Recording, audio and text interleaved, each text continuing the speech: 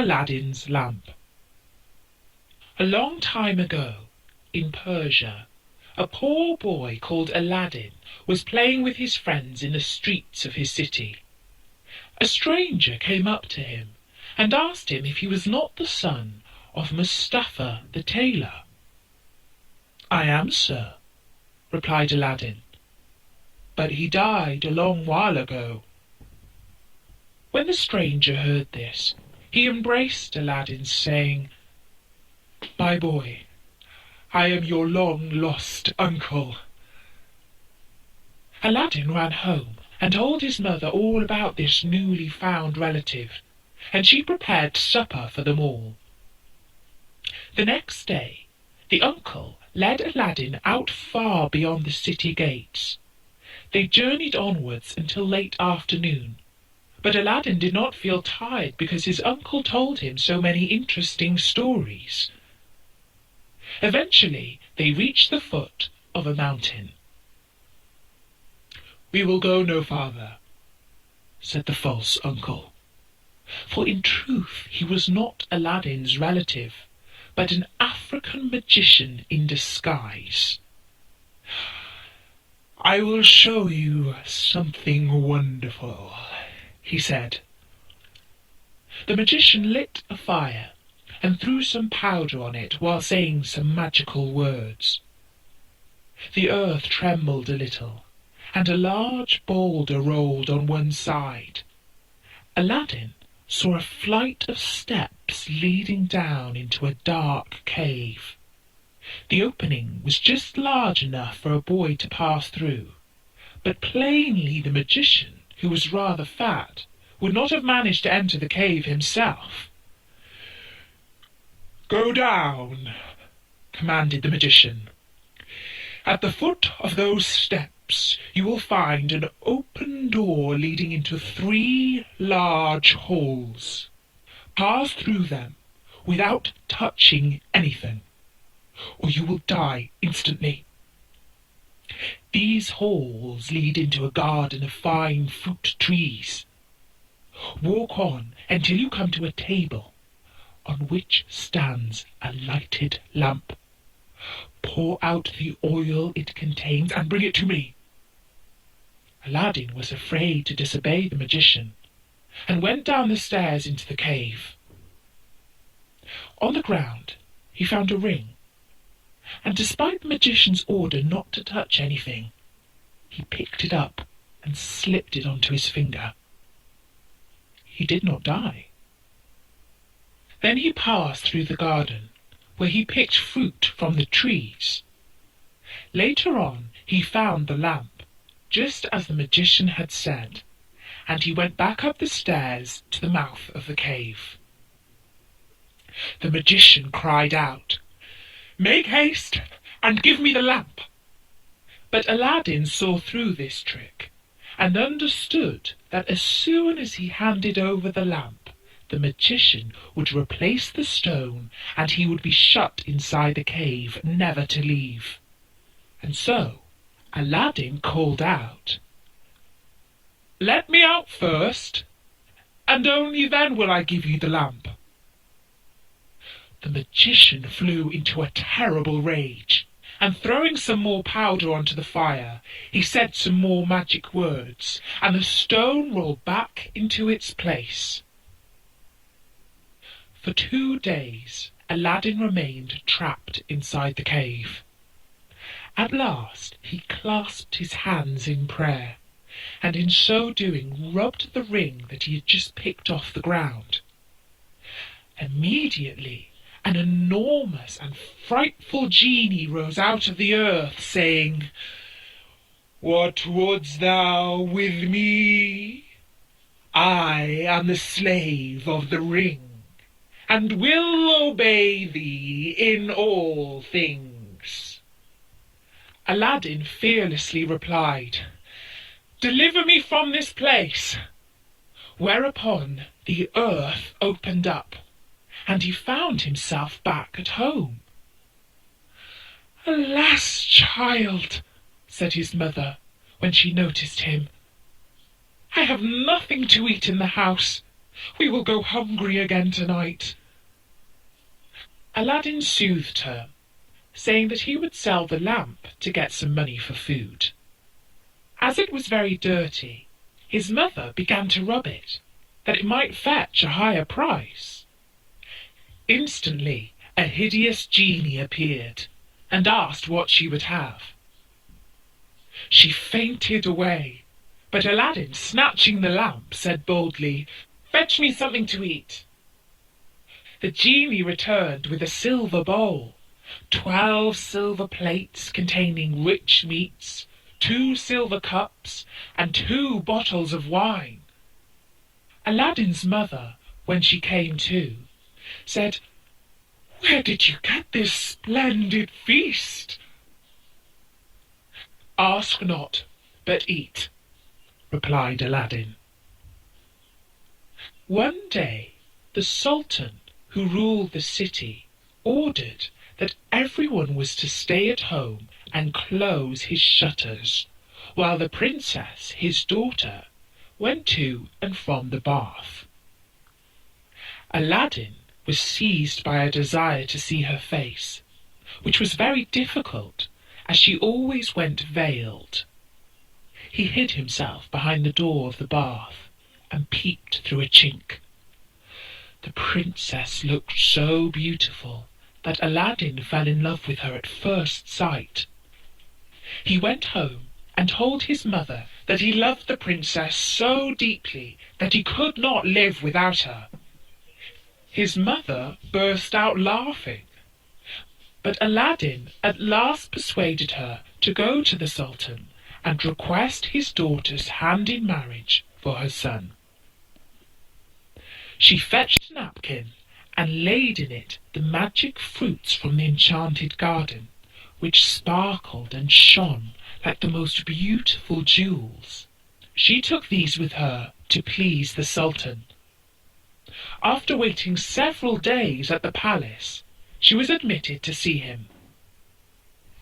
She threw herself down at the foot of the throne and waited for several minutes until the Sultan said to her, "Rise, old woman, and tell me what you want."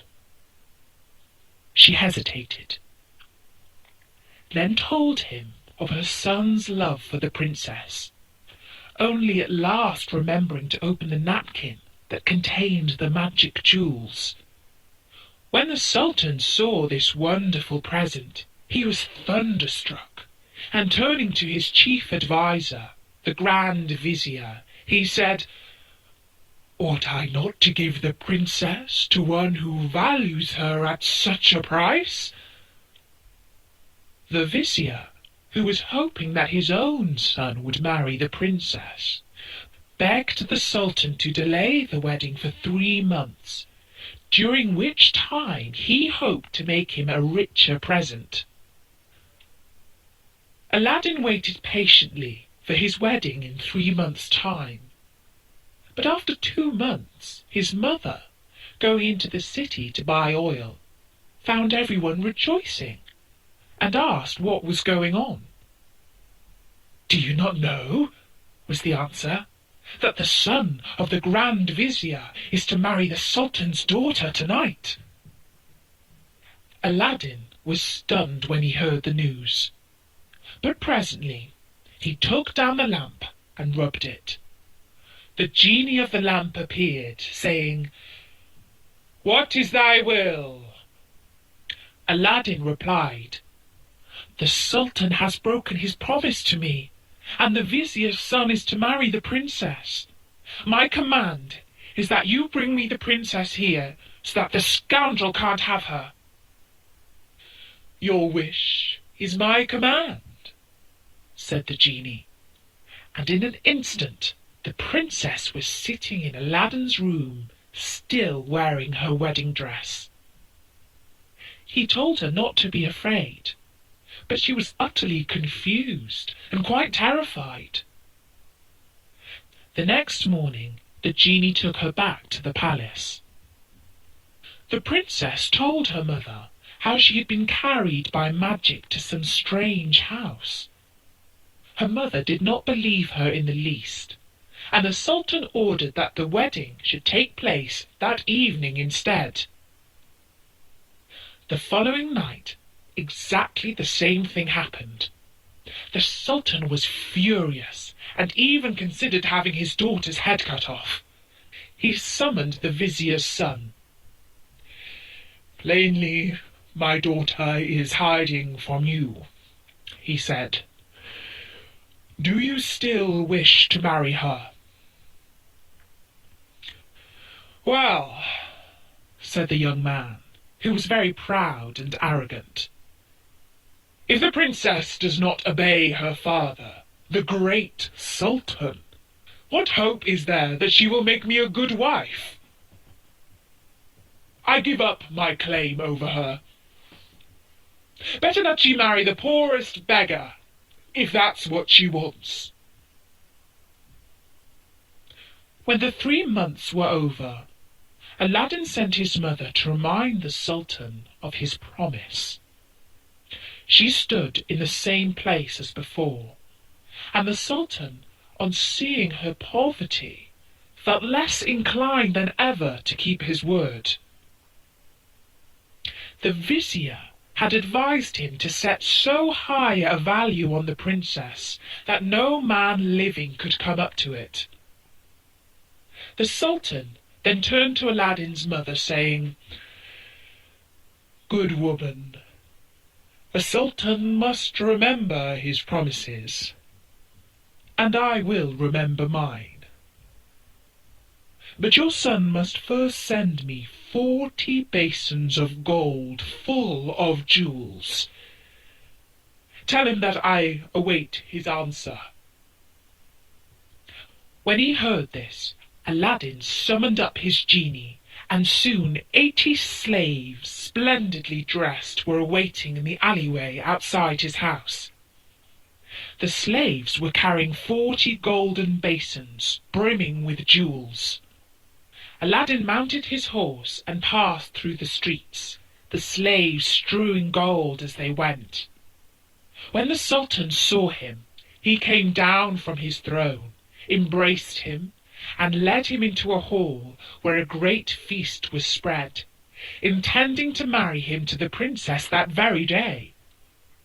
But Aladdin refused, saying, "I must build a palace fit for her," and took his leave.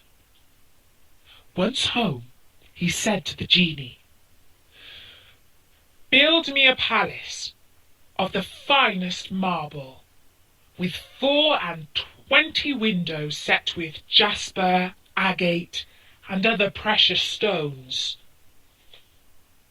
At night, the princess said goodbye to her father, and set out for Aladdin's palace, with his mother at her side, and followed by the 100 slaves. She was charmed at the sight of Aladdin, who ran to receive her. "Princess," he said, "blame your beauty for my boldness, if I have displeased you." After the wedding had taken place, Aladdin led her into the hall, where a feast was spread, and she supped with him, after which they danced until midnight. But far away in Africa, the magician remembered Aladdin, and by his magic arts discovered that instead of perishing miserably in the cave, he had escaped and had married a princess. He travelled night and day until he reached the city of Persia, where Aladdin lived. Half mad with rage, he was determined to get hold of the lamp, and again plunge Aladdin into the deepest poverty. Unluckily, Aladdin had gone a-hunting for 8 days, which gave the magician plenty of time.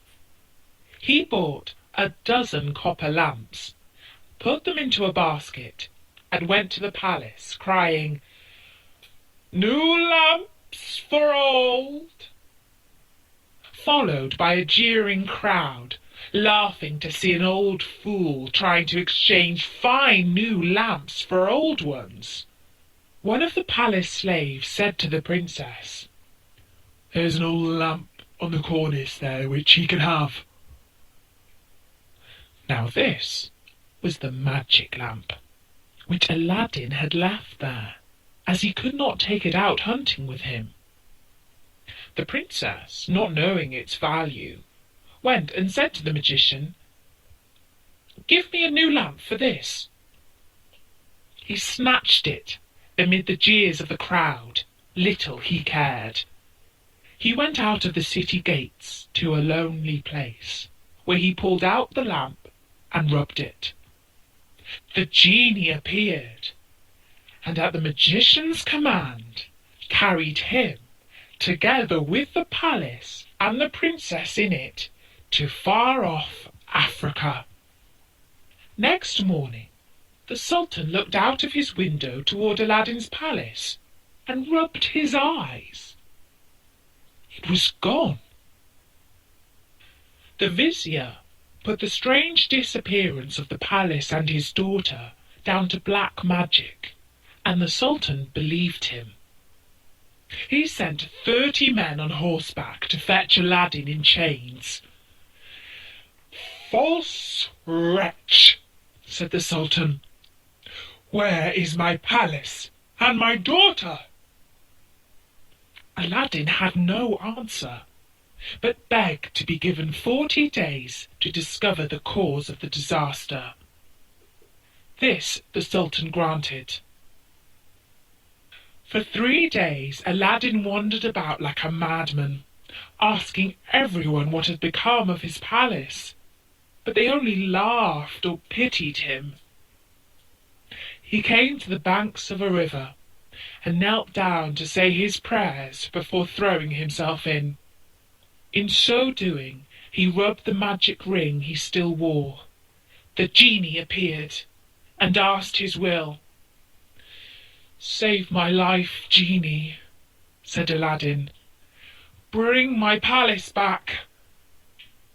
"That is not in my power," said the genie. "I am only the slave of the ring. You must ask him of the lamp." "Even so," said Aladdin, "but thou canst take me to the palace and set me down under my dear wife's window." He at once found himself in Africa, under the window of the princess. That morning the princess rose early and opened the window, and at the noise she made, Aladdin looked up. She was astonished and delighted to see her dear husband's face. After he had kissed her, Aladdin said, "I beg of you, princess, in God's name, tell me what has become of my old lamp." "Alas," she said, "I am the innocent cause of our sorrows." And she told him of the exchange of the lamp. Aladdin comforted her and gave her a small bottle containing a certain powder. "Put on your most beautiful dress," he said to her, "and receive the magician with smiles, leading him to believe that you have forgotten me. Invite him to sup with you, and say you wish to taste the wine of his country. He will go for some wine, and while he is gone, I will tell you what to do." That evening she received the magician, saying to his great amazement, "I have made my mind up that Aladdin is dead, and that all my tears will not bring him back to me. So I am resolved to mourn no more, and have therefore invited you to sup with me. But let us try some wine of Africa." The magician flew into his cellar, and the princess put the powder Aladdin had given her into his cup. When he returned, The magician made her a speech in praise of her beauty, but the princess cut him short, saying, "Let us drink first, and you shall say what you want afterward." She set her cup to her lips and kept it there, while the magician drained his to the dregs and fell back lifeless. Aladdin came into the room, went to the dead magician, took the lamp out of his clothes, and bade the genie carry the palace and all in it back to Persia. This was done in an instant. The Sultan, who was sitting in his chamber mourning for his lost daughter, happened to look up and rubbed his eyes, for there stood the palace as before.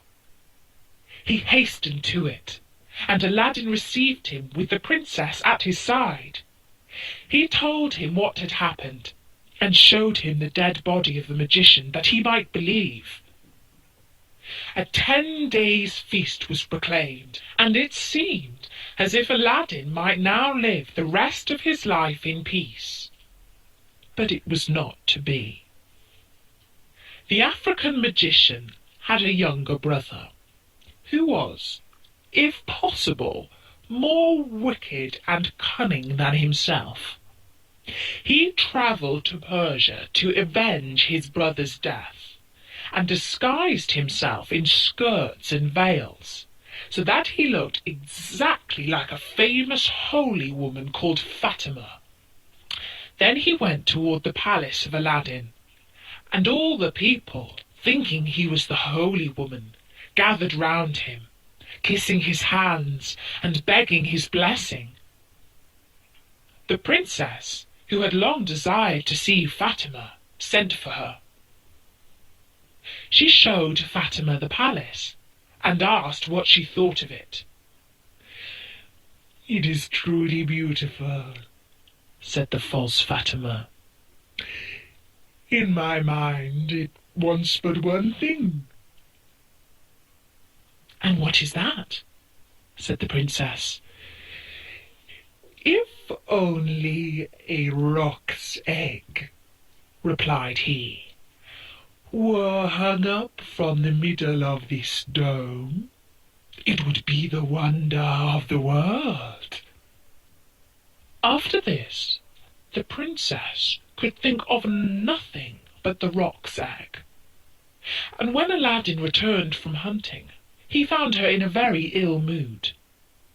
She told him that all her pleasure in the hall was spoilt for the want of a roc's egg hanging from the dome. "If that is all," replied Aladdin, "you shall soon be happy." He left her and rubbed the lamp, and when the genie appeared, commanded him to bring a roc's egg. The genie gave such a loud and terrible shriek that the hall shook.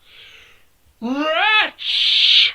he cried, "is it not enough that I have done everything for you, but you must command me to bring my master and hang him up in the midst of this dome? You and your wife and your palace deserve to be burned to ashes.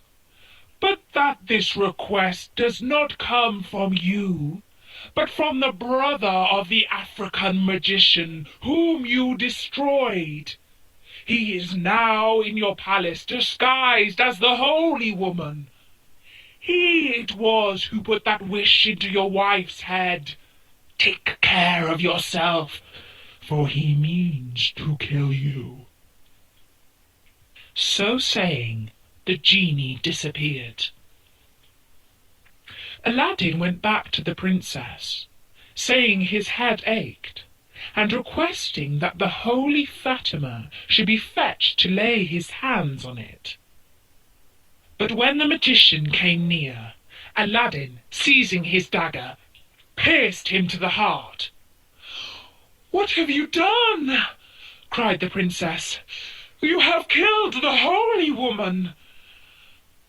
"Not so," replied Aladdin, but a wicked magician, and told her of how she had been deceived. After this, Aladdin and his wife lived in peace. He succeeded the Sultan when he died, and reigned for many years, leaving behind him a long line of kings.